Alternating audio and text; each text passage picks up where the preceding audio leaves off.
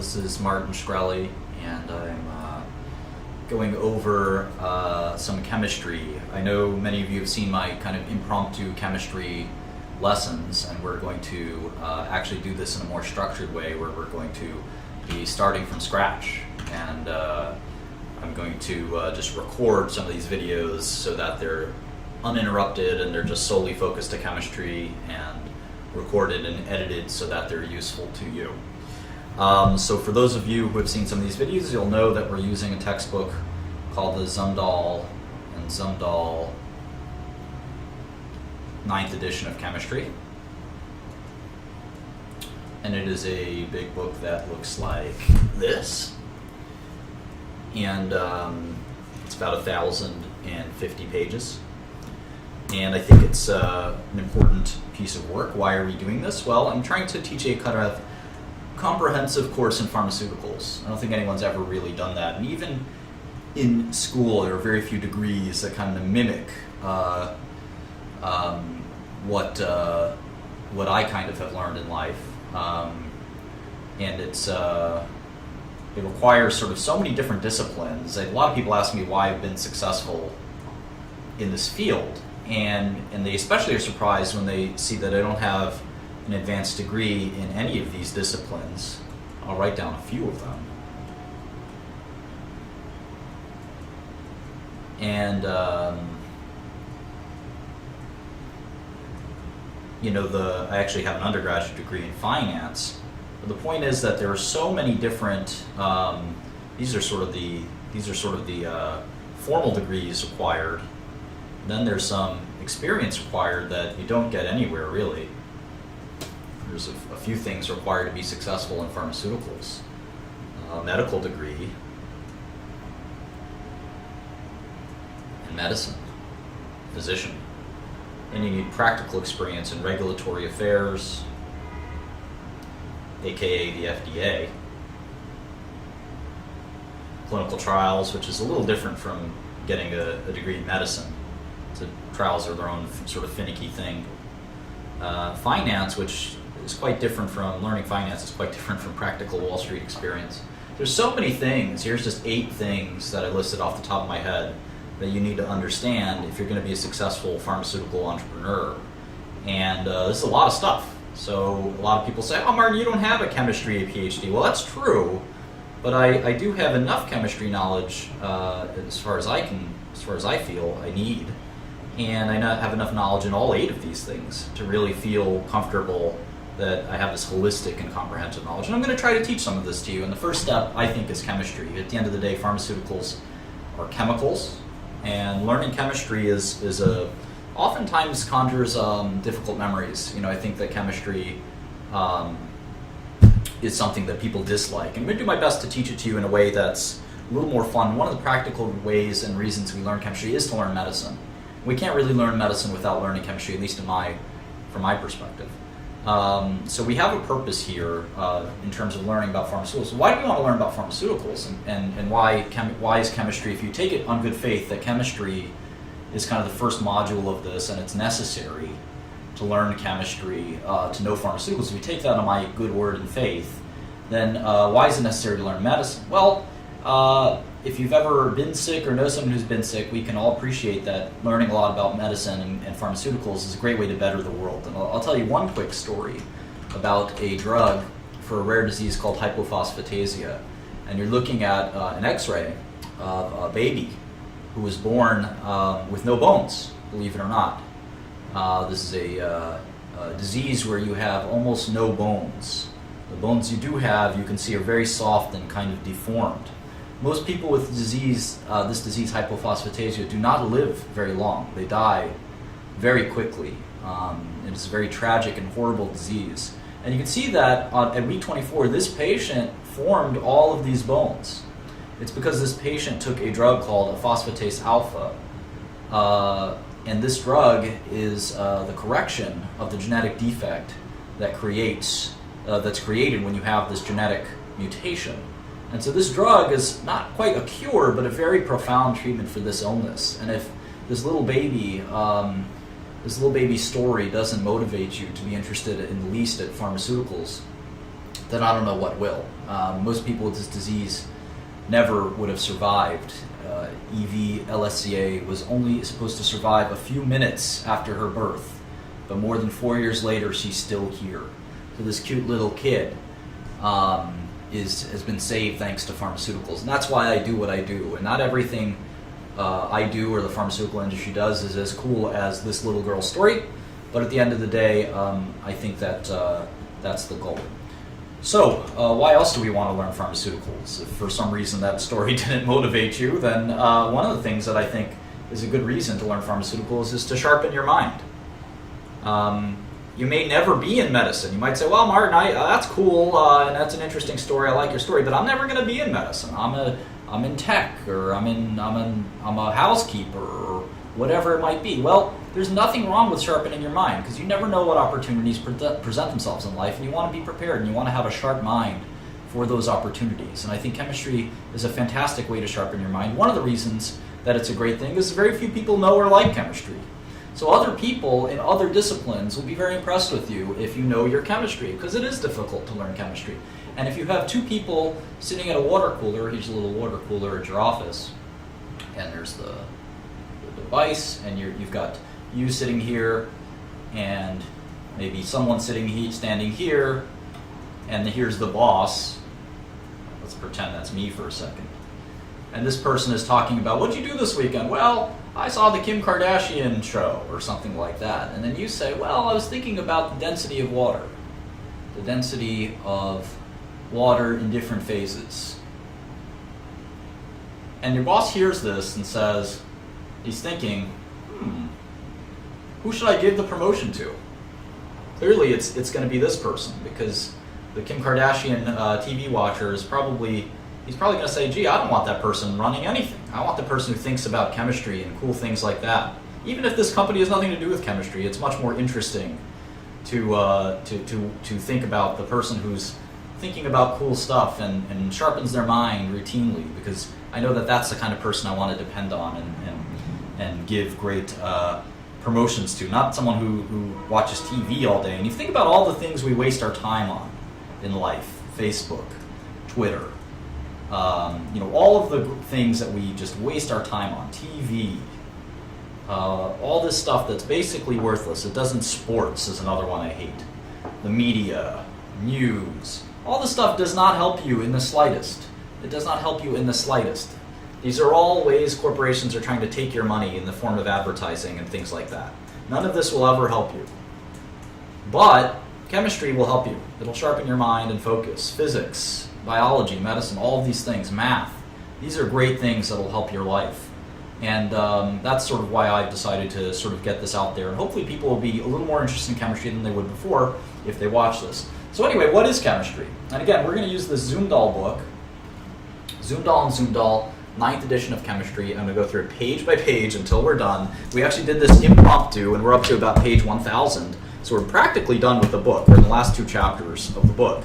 But it was very unstructured. It was very kind of unscheduled and a little all over the place. So I think that it's going to be better for us to pre-record these and go through them one more time in a pre-recorded format that you can access forever and ever. So anyway, we flip open the book, and we're going to flip to chapter 1. And we're just going to go through it. We're going to do this a little more quickly than usual, and some of you have asked this question, what does this course kind of correspond to? I'd say it sort of corresponds to a high school, if you went to an advanced high school, like an AP chemistry course, or an undergraduate course in chemistry. It's about 1 semester long if you exclude several chapters from the class. It'd fit about a semester. If you did the entire book, you'd probably be in 2 semesters. You'd probably need a little bit more advanced study. It's sort of a preview for organic chemistry. It's definitely not your run-of-the-mill 7th grade or 9th grade course. This is definitely, we're going to get into some pretty advanced topics, and we'll do some challenge problems and things like that. But that's sort of what we're working with. So we're going to flip open the book. We're going to deal with chapter 1, and the Zoomdahl husband and wife team call this Chemical Foundations. Chemical Foundations, and I've read the chapter before doing this, which is also not something I did in the prior lesson, so I'm prepared. I've got to actually have a lesson plan, so I'm going to go through that, and we're going to talk about chemistry. So chapter 1, Chemical Foundations. So one of the things that we talk about in chapter 1.1, we're on page 3 here, and they call chapter 1.1 Chemistry and Overview. One of the things that we can all agree on, that the world all around agrees on, is that chemistry is the study of matter and changes to matter. And matter is composed of atoms. And what are atoms? Well, atoms are the most discrete particle of matter that we can think of that can't be broken down further. That's a good way to define atoms, atoms of elements. And we'll get all into those technical details. But one of the things that, as a child, I spent a lot of time thinking about atoms, just sitting in my room with nothing to do, thinking about matter and energy. And one of the things I said was, well, why can't we see atoms? Why are they invisible to us?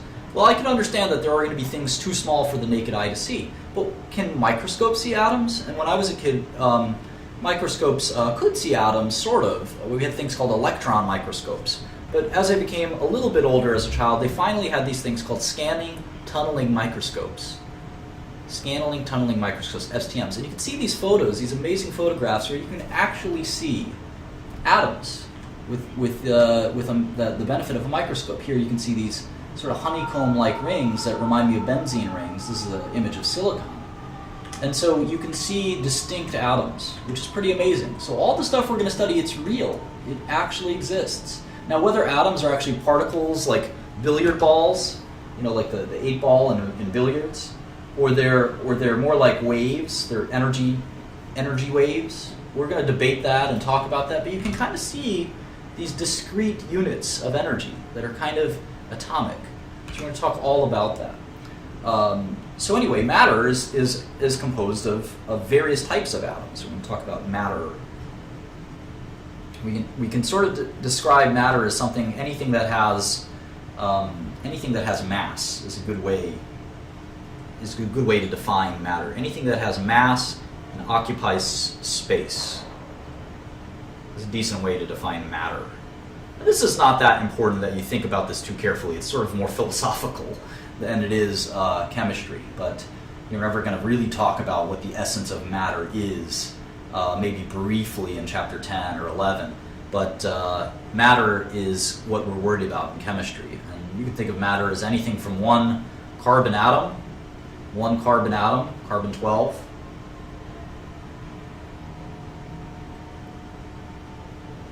to a molecule of H2O, to a person, to the whole planet Earth,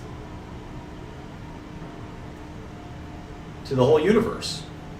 You can even think of it as one proton in a series of 6 protons in the carbon nucleus. So matter sort of kind of is anything. Matter is not energy, though. Energy and matter are kind of different things.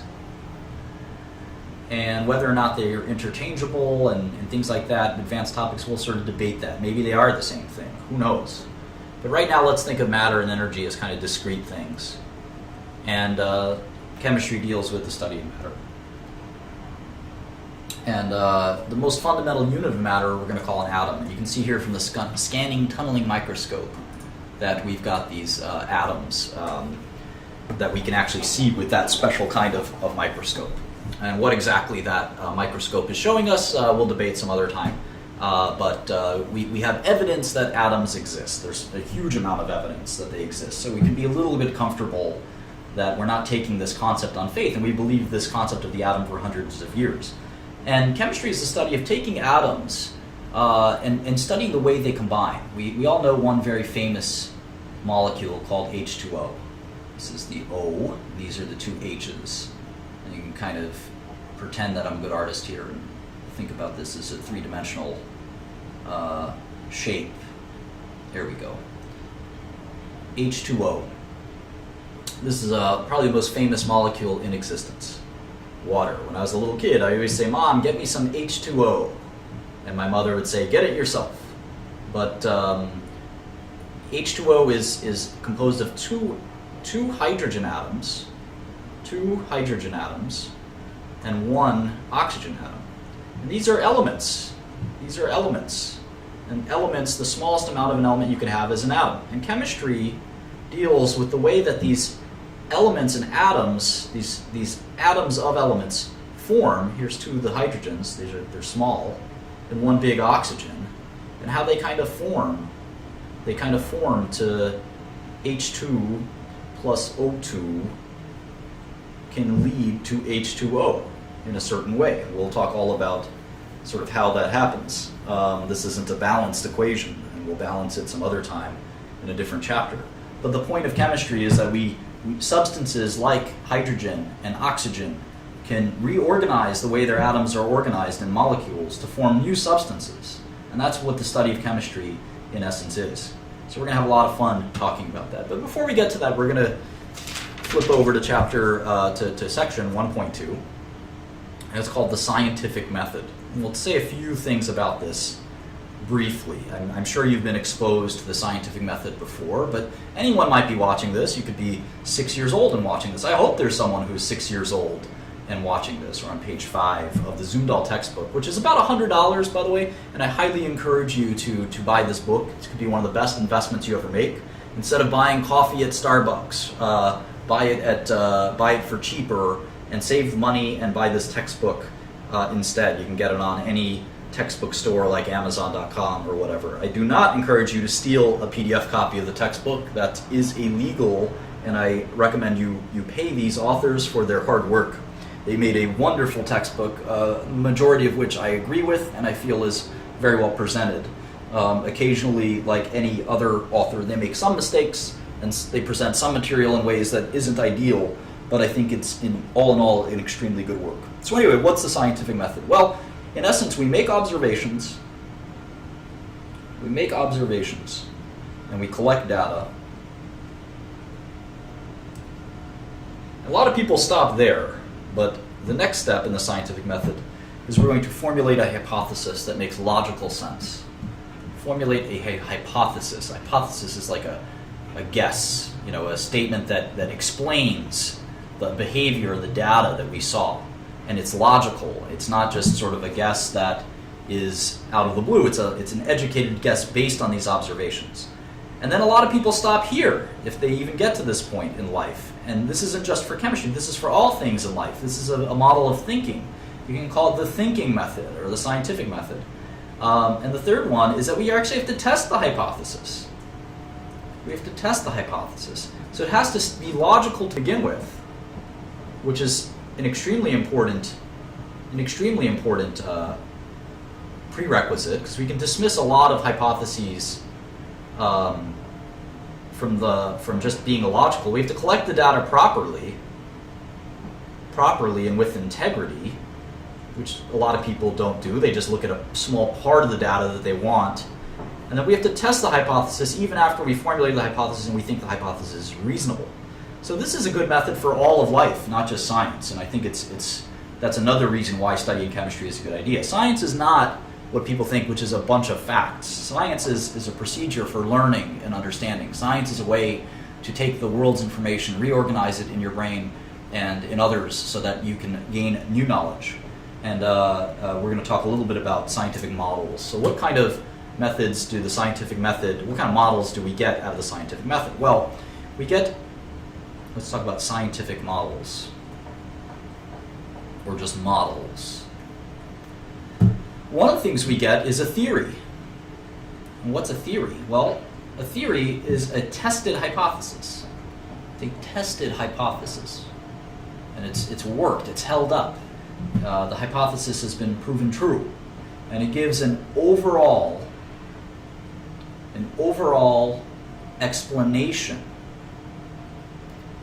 It explains explanation of phenomenon, of natural phenomenon. What's a good example? I'll give you a good example. In chemistry, what we often see is that when you take a chemical reaction, we often see that the mass in the beginning of the reaction,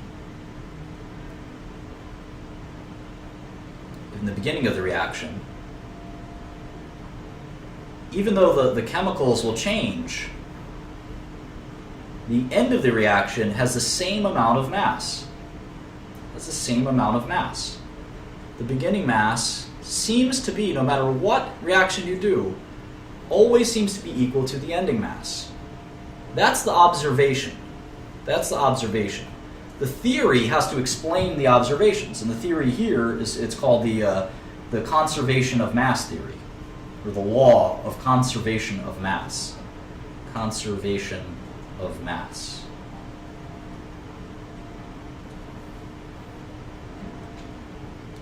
A law is a summary of behavior. A theory is different. A theory is an explanation of the behavior. So theory E equals mc squared, it explains the difference between energy and mass. A law is an observation. It's a summary of observed behavior. So a natural law is a generally observed behavior, and it doesn't explain too much. So that's sort of one way to think about it all. I hope it didn't confuse you too much. So a law is a summary of the behavior, whereas a theory is the explanation. So that's kind of the difference the book makes. I don't think it's extremely important, but it's one way to look at it. So we're not going to go into the philosophy of science too much. We're going to go to 1.3, units of measurement. All studies have ways and languages to explain their systems. I said yesterday that accounting is accounting is the language of finance. Well, we have the language of chemistry too, and it's these units of measurement, and it's called the Système International. Forgive my poor French accent. It's these SI units, and there's a handful of them that we need to know. I'm only going to give you the ones we need to know. The first is mass. We use kilograms, and mass and matter are measured in kilograms or grams. We're not going to use pounds or anything like that in this work. Length is measured in meters. And remember, all of these can be converted into centimeters or nanometers or micrometers, etc. Same thing with micrograms. Picograms, extremely small number. We'll talk all about that in a minute. What else? Time. Time we measure in seconds. That's pretty obvious. How about temperature? You might think we measure it in Fahrenheit or Celsius, but we don't. We measure in something called Kelvin, which we'll spend some time on Kelvin in a second. And finally, amount. This might confuse you a little bit. The amount of something. We're going to use a number called a mole, which we're going to learn all about. So instead of amount being something like a dozen, if you're a baker, you measure stuff in dozen. Oh, give me a half a dozen, give me 2 dozen, give me 3 dozen. Or you might measure something in tens, or something like that. We use the mole, and that should confuse you if you're new to chemistry, but we'll talk all about moles in a minute. So we're going to skip ahead a little bit, and you'll see that this curriculum is determined and edited by me. We're going to skip, we'll tell you what we skip when we skip things. I think that's a good practice. So we're going to skip 1.4 and 1.5 and 1.6, and I'll just briefly describe what they are so that you can study them yourself if you see fit.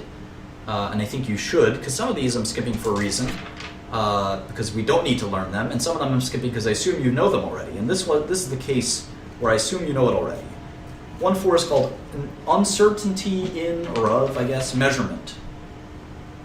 And this talks about how to measure things and precision and accuracy, and you can read that in the book if you see fit. I think it's somewhat self-explanatory. Significant figures is 1.5. I actually have never felt significant figures is that important. This is a question on calculations and how many significant figures in a calculation. Of course, I know all the rules. I think if you want, you can Google how to study significant figures. It's not that important as far as I'm concerned. And I know best, so trust me on that. And then finally, 1.6 is a brief introduction on how to learn how to solve problems, which I think it's just one little paragraph, so we're not skipping much here. But I do think problem solving is extremely important. It's the whole reason why we're reading this. So let's go straight into it at 1.7, where they describe something called dimensional analysis. That sounds pretty fancy. You tell your friends you were doing some dimensional analysis today. They might be impressed. But it's actually pretty easy. We sometimes call dimensional analysis the unit factor method. The unit factor method. And this is a great way to solve complicated stoichiometry problems and other types of problems when we deal with different units and we have to factor them into all of these different solutions. So here's an easy example. We have a pin. I guess it's like a needle pin of some kind. And it is 2.85 centimeters in length. Okay, we know that this is System International units, centimeters. But how long is it in inches? Say someone said, I want to know how long is it in inches. Now you might just go to Google and convert it yourself, but you can't do this for the rest of your life. You have to know how to do this. And you might do it in your head, and that's also not a good way to do it, because when I ask you to convert the molar mass of methane in a complex reaction, you will not be able to do it in your head. You'll need a way to do it on pen and paper. And so one of the ways we can do this is we have this equation. It's an equality that states that 2.54 centimeters is equal to 1 inch. And now how do we use this? If you know algebra, we can sort of use this to divide. So we can actually divide both sides in algebra. Anything that, let's say we have something called 2x equals 4. In algebra, you can divide anything, any side of an equation by 1. And you could express 1 in different ways. A good way to divide something by 2 over 2, if you divide something by both sides by 1, you can actually start to rearrange things. You can actually divide both sides by more than 1. You can divide both sides by 2. So if we did that, we divided both sides by 2. In this case, we can isolate x and we solve x equals 2. You can also multiply something by 1. You can also multiply something by 2. It doesn't change the equality of the statement. So bearing that in mind, in algebra, one of the things we're going to do here is we're going to divide both sides of this equation by 2.54. So if I divide 2.54 here, and then divide 2.54 here, what do I get? Well, this reminds me of a number called 1. This is 1. And 1 is equal to 1 inch divided by 2.54 centimeters, because these are the same value. 1 inch is equal to 2.54 centimeters. It's also 1 over 1 is equal to 1 inch over 2.54 centimeters, because that is 1 over 1 in essence. So this is, we're going to call this a unit factor. And the way we can solve this question is to multiply it by a unit factor. So again, we're going to use a little bit of algebra. 2.85 centimeters multiplied by 1 inch over 2.54 centimeters. This is the conversion factor, the unit factor. What's this equal to? Well, we know that we can actually cancel these out. So what we're going to get is 2.85 over 2.54 inches. And the inches sort of is here. The centimeters will cancel out, and we're left with the term of 1 inch. So this is equal to 1.12 inches. And you might have said, Martin, all I have to do is divide this by 2.54. You went through all this rigmarole. All you have to do is divide by 2.54. Ha! Well, I thought that too when I first started taking chemistry, and then I realized that this method is actually the best method to solve these longer and more complicated equations. Let's try another one. A pencil is 7 inches long. How long is it in centimeters? We're going to do the same thing. It's 7 inches multiplied by this unit factor. We're going to do the unit factor the other way around. It's going to be 2.54 centimeters over 1 inch. Over 1 inch. And here we can cross out the inches. And we have 7 multiplied by 2.54 inches all over 1. And if we multiply that out, it's about what? 17.8 centimeters. Excuse me, the centimeters is carried, not the inches. Remember, the inches we canceled out. Here's inches, they canceled out, and we're left with centimeters. So it's 17.8 centimeters. And again, this gets more and more complicated as we do more and more difficult problems. Here's a pretty easy one that's very similar. We have a bicycle that's 25.5 inches, but the catalog is giving it to us in centimeters. We want the bicycle in inches. So again, we'll multiply. We need the inches on the bottom because we need them to cancel out, right? So we know that 1 inch is what? 2.54 centimeters. So the inches cancel out. And we're left with 25.5 times 2.54 over 1 inches. And if we multiply these two numbers, we get 64.8 centimeters. I keep doing this mistake where I leave the inches. It's centimeters. So when you multiply two things, you can cancel out, if they're on the opposite sides, you can cancel them out like this. And the centimeters remain. So it's 65 centimeters. Okay. Here's another one. We're going to do a different length. This is 10-kilometer run. 10-kilometer run. How long is the run in miles? Well, let's see here. We have to convert. It's a 10-kilometer run, which means it's a 10,000 meter run. It's a 10,000 meter run. And so we need to convert meters into yards. 1 meter is equal to how many yards? 1.094 yards. So if we multiply these two, 10,000 meters multiplied by 1.094 yards, we will get something like 10,000, let's see, what do we get? 10,940 yards. I think that's right. Let's take the calculator out and triple check. 10,000 times 1.094, yep, 10,940 yards. And let's express this as scientific notations. 1.094 times 10 to the fourth. 10 to the fourth yards. We always like to do scientific notation. Okay, so we've converted meters into yards by using dimensional analysis. Now we have to convert yards into miles. So we have 1.094 times 10 to the fourth yards. And so we know automatically that we need yards on the bottom. How much is 1 yard, or how much is 1 mile, is how many yards? Well, it's 1760 yards. And remember, these are the unit factor. These are equivalent. So if we multiply these two, we'll cancel out yards.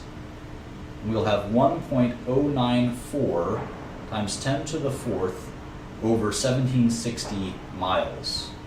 And if we do this equation, 10,940 divided by 1760 is 6 miles. So that's 6.2 miles. So I hope this demonstrated the unit conversion factor. We're going to do one last one. I know this is a little bit annoying, but this is so important. The speed limit in the US on many highways is 55 miles an hour. What is it in kilometers per hour? What is it in kilometers per hour? Well, let's do it like this. 55 miles an hour. We're going to convert it. We know how many yards are in a mile. So we have 1 mile down here, right? And remember, we need to be able to cross these guys out. So we know 1760 yards in a mile. So we cross those out. Now we need to do the same thing with yards. We've got to put yards down here and cross out meters.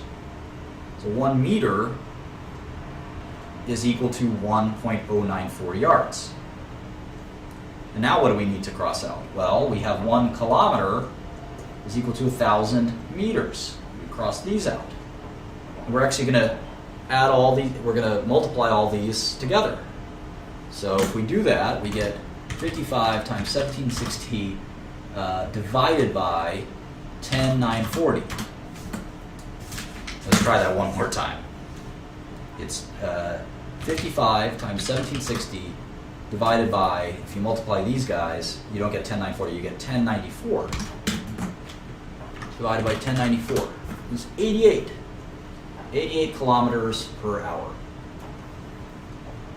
And that's the way we're going to continuously do these kinds of examples throughout the book. I guess 2 more. Let's do 2 more.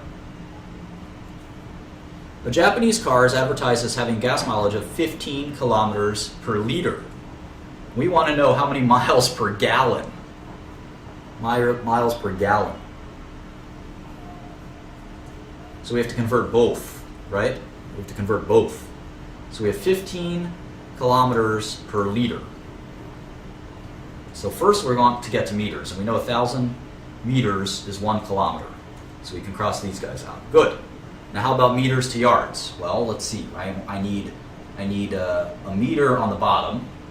So 1 meter is what? 1.094 yards. All right, now I need to convert. I've got the, let's see, what am I trying to get here? I need miles. Well, I need to convert to miles now. So I need to multiply this 1.904 meters, 1.094 yards per meter. So now, and I've canceled out meters. So now I need to convert yards. So I need yards on the bottom. So how many yards in a mile? I'm trying to get miles, right? I'm trying to solve for miles. So 1 mile is 1760 yards. Now I can cross out yards. So now if I answer all of this, I'm happy that I can convert 15 kilometers into miles. And maybe I should do that now, but let me multiply the conversion for quarts to gallons, or liters to gallons we're trying to convert. So a liter, I guess, is 4 quarts to, well, let's see, 1 liter, let's just do it this way. Let's try to figure out how many liters, here we go, how many liters are in a quart. So 1 liter is 1.06 quarts. And we know there's 4 quarts to 1 gallon. So we can multiply and remove those two. And if we cross out the liter here and the liter here, we have now finally gotten 2 remaining units. 1 mile, 1 gallon. So the answer will be miles per gallon. So this is a long, nice and long equation. You can see the only 2 we didn't cross out. Crossed out the 2 kms, we crossed out the 2 liters. As long as they're on both the numerator and the denominator, we can cross them out. Crossed out meters, crossed out yards, crossed out quarts. Only 2 we didn't convert are miles and gallons. So we're left with 1 mile and 1 gallon. And the coefficients. 15 times 1,000 is 15,000. Times 4, we can calculate all this out with a calculator, would be a better idea. 15,000 times 1.094. So we get 16,410 in the numerator. And now let's multiply all the denominator coefficients together. We get 1865.6. And if we divide to get the answer, we get 8. I made a mistake somewhere in here. Let's do it one more time. Let's do it one more time. 15 times 1,000 times 1.094 times 4 is 65. I didn't do the times 4. That's the other good thing about dimensional analysis, is you can quickly correct your answer. These can be very complicated mathematical problems. It's good to correct your answer on the fly, as we're doing here. All right, there we go. 1560 divided by 1865.6 is 35 miles per gallon, or 35.2 miles per gallon. So we're able to do this somewhat complex equation where we had to convert 2 factors through 5 steps, 6 steps. And we even made a mistake because we forgot to take 1, 2, 3, 4 multiplications to get the product of 65,640. Then we took 2 multiplications, or 1 multiplication to get the numerator, the denominator. The quotient is 35.2. So we're able to solve this pretty complex equation using dimensional analysis. I hope you see, and you will see through whether you trust me or not, you will see that this method is superior to the other method. Okay, one last one, and I promise we're done. We're not done with dimensional analysis. We're simply done with this section. And again, this is going to be in the book constantly we're going to be doing this unit conversion, and it's going to be in situations a lot more difficult than converting mileage of a car. So it's going to be very important to practice unit conversion, and you might use it in other situations in your life, believe it or not. I found myself doing unit conversion at the supermarket the other day, so you will enjoy this unit conversion method as you master it over time. Okay, so what's the last one? The latest model Corvette has an engine with a displacement, I don't even know what that is, a displacement of 6.20 liters. What is the displacement in units of cubic inches? All right, that's a little tricky. 6.20 liters. Apparently, the conversion factor is a cubic foot. A cubic foot is 28 liters. I didn't know that. And I guess we're trying to get the cubic inches, right? We're trying to get cubic inches. So we're solving for cubic inches. So how many, so we can cross out liters now, right?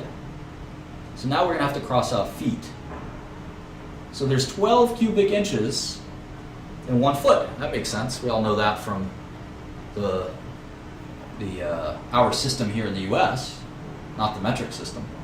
So we finally can do this problem, right? So 6.2 converts to 6.2 liters is converting 28 liters becomes 1 foot. So we cross that out to convert that to 12 cubic inches. So if we multiply these two and then divide, we can get our answer here. Remember, this is cubed. This is cubed. 6.2 times 12 times 12 times 12. Remember, it's cubed. Divided by 28.3 equals 378 cubic inches. 378.5 if you wanted to use more of these digits. I don't think you should because of the significant digits rule. So it's 378 cubic inches.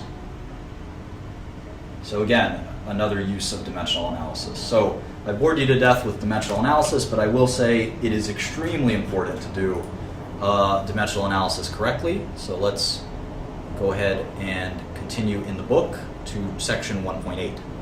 Section 1.8 is called temperature. Temperature. We're going to use a little dimensional analysis here.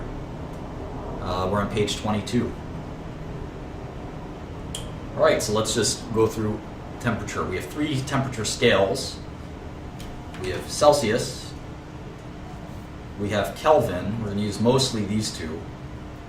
And then, of course, we've got Fahrenheit. So there's a couple of temperature scales that are easy to learn. Kelvin degrees, and it's not even degrees of Kelvin, by the way. We just say Kelvin. Kelvin, you can think of it as degrees, I guess. Kelvin is Celsius plus 273.15.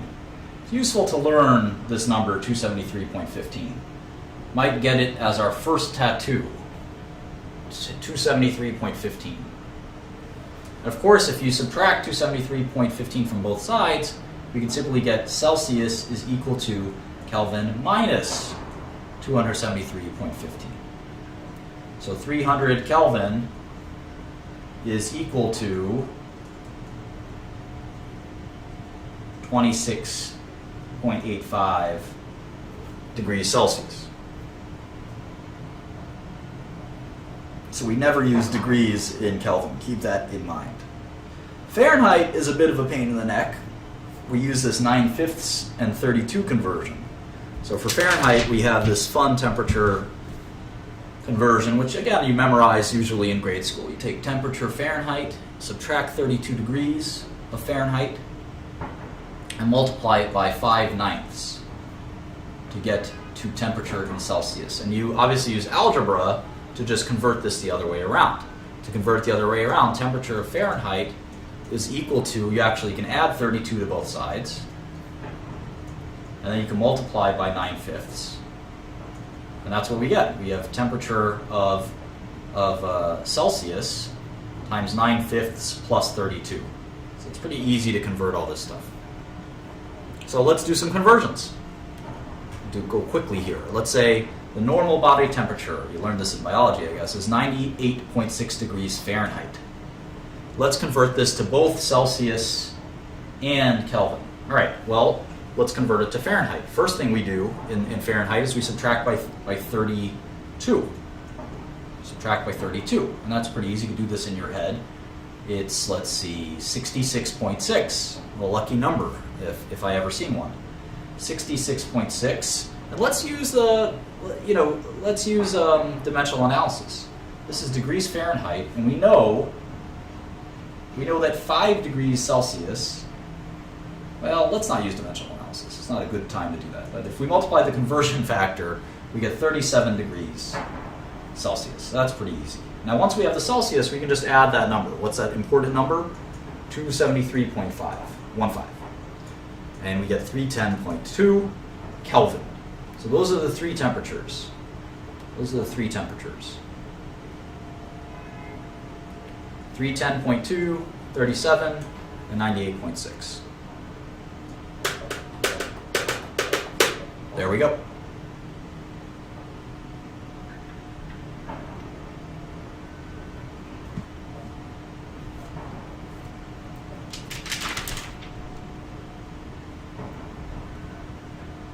All right, let's move on. 2 more sections and we're done.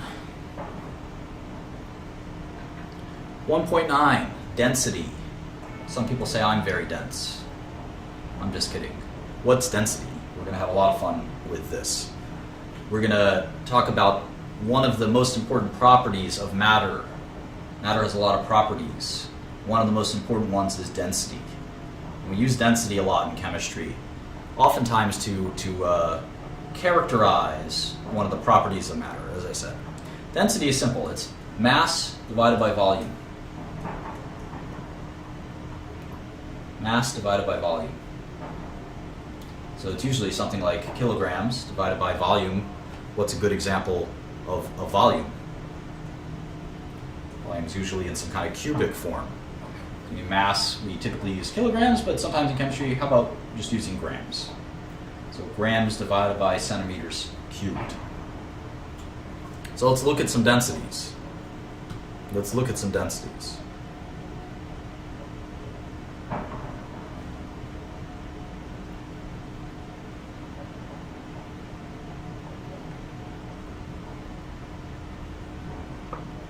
Okay, here are some densities in grams per centimeter cubed.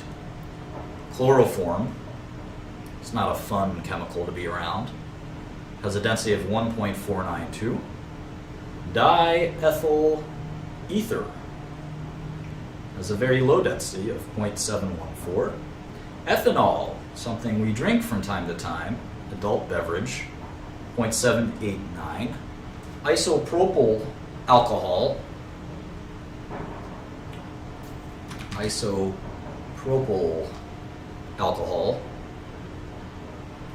density of 0.785. And then finally, toluene, density of 0.867. And so some chemists are doing an experiment and found that 25.0 centimeters cubed of a substance that weighed 19.625 grams, they were trying to find out the density. So grams is a weight, or mass, and centimeters cubed is a volume. So we can actually calculate the density by just dividing these two. So let's go to our calculator. And just do that. 19.625 divided by 25 is 0.785. So this must be isopropyl alcohol. I suppose it could be something else, but it really matches well with isopropyl alcohol. So it's very likely to be that liquid. Let's look at some other densities. It's kind of fun to look at some other densities. How about water? One of the density of water is actually very close to 1. It's 0.9982 grams per centimeter cubed.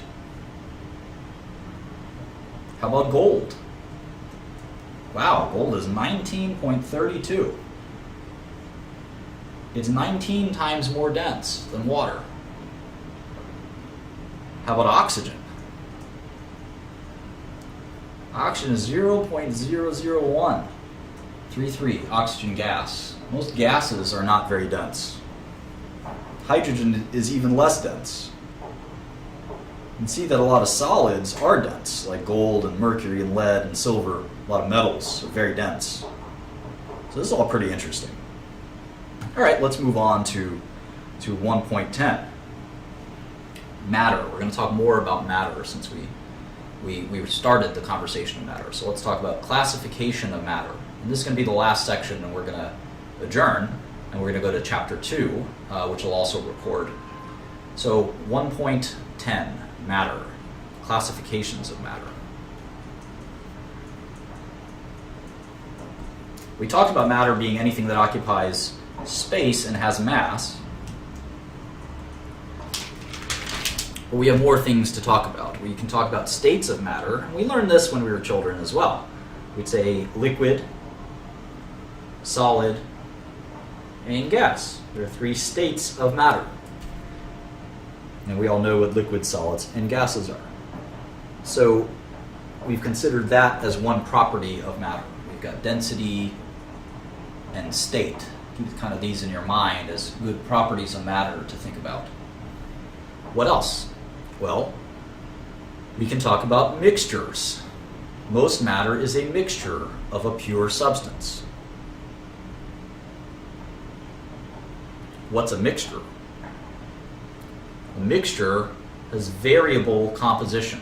So it's a combination of variable composition of pure substances. We'll talk all about that in a second. We're going to introduce 2 kind of cool words that you learn as a child as well. And you can pronounce these either way. Homogeneous or homogeneous. The same thing here, heterogeneous or heterogeneous. I'd prefer, I think in America we say the gene, homogeneous. You can also say homogeneous.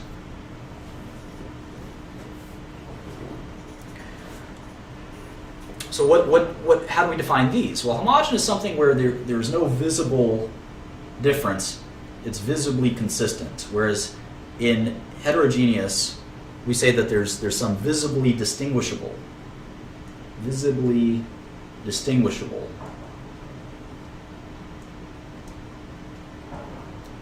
And homogeneous is visibly indistinguishable.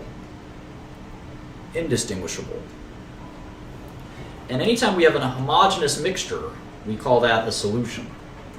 We're going to be dealing a lot with solutions. So remember that a solution is a homogeneous. In other words, there's no part that's sticking out. It's visibly indistinguishable. The entire thing is consistent. A homogeneous mixture is a solution. So we're going to talk a lot about that. So what's a pure substance? What's a pure substance? When we say variable composition, keep in mind that we don't mean that it's indistinguishable or distinguishable. Variable composition just means that, like in water is a solution. Water is a pure substance in many ways, but let's think about tap water or something. Tap water is a solution because it has variable composition. It's got fluorine in it. It's got H2O in it, which is water itself, the pure substance. So there's a bunch of these pure substances. Fluorine, water, it's probably got some copper in it. It's a solution of all of these pure substances, but it's homogeneous. There's no visible, indistinguishable part. You pour the water, it's clear more or less, and it's a solution. So the fact that it's variable composition doesn't mean that it's indistinguishable visibly. It's visibly indistinguishable from the perspective of the fact that it's clear and that all the parts are the same. So keep that in mind. So what's a pure substance? Well, we get into a little bit more detail. So we're going to talk about what a compound is. Think about a compound as a molecule. We're going to talk about elements. So a pure substance that can't be broken down further. And these are listed on the periodic table of elements. So the examples are hydrogen, helium, lithium, carbon, oxygen, nitrogen, etc. Compounds or molecules are combinations of these, like H2O, or oxygen gas, or hydrogen gas. These are compounds.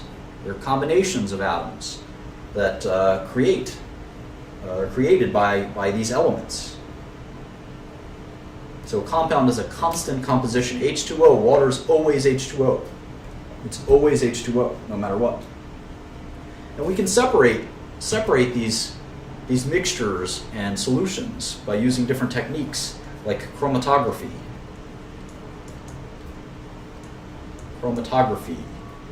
Distillation. These are good techniques that we use. And we use different filtration as another example. And filtration. All of these exploit physical changes. Physical changes don't change the chemical composition. A good example is boiling, which a lot of these exploit boiling and freezing of the substance. These will not change the substance. So H2O is still H2O, whether we boil it, freeze it into a solid, boil it into a gas, or heat it to a liquid, melt it into a liquid. It doesn't matter. It's still H2O. We can do the same thing with methane. We can do the same thing with ammonia. It doesn't make a difference. It's still the same chemical. If we're going to change it chemically, that's a chemical change. But we can actually separate a lot of these mixtures with just physical changes using chromatography, distillation, and filtration. So we will learn more about physical changes and chemical changes in the future. That concludes Chapter 1. I hope you guys learned something. This course has a very uphill battle, so an uphill learning curve. So if you thought that was simple, Chapter 2 is about 10 times more complicated, and the rest of the book gets even more complicated than that. So I look forward to working with you guys for the rest of this. I really appreciate you spending your time with me, and I'll see you in Chapter 2. Thanks a lot. Bye.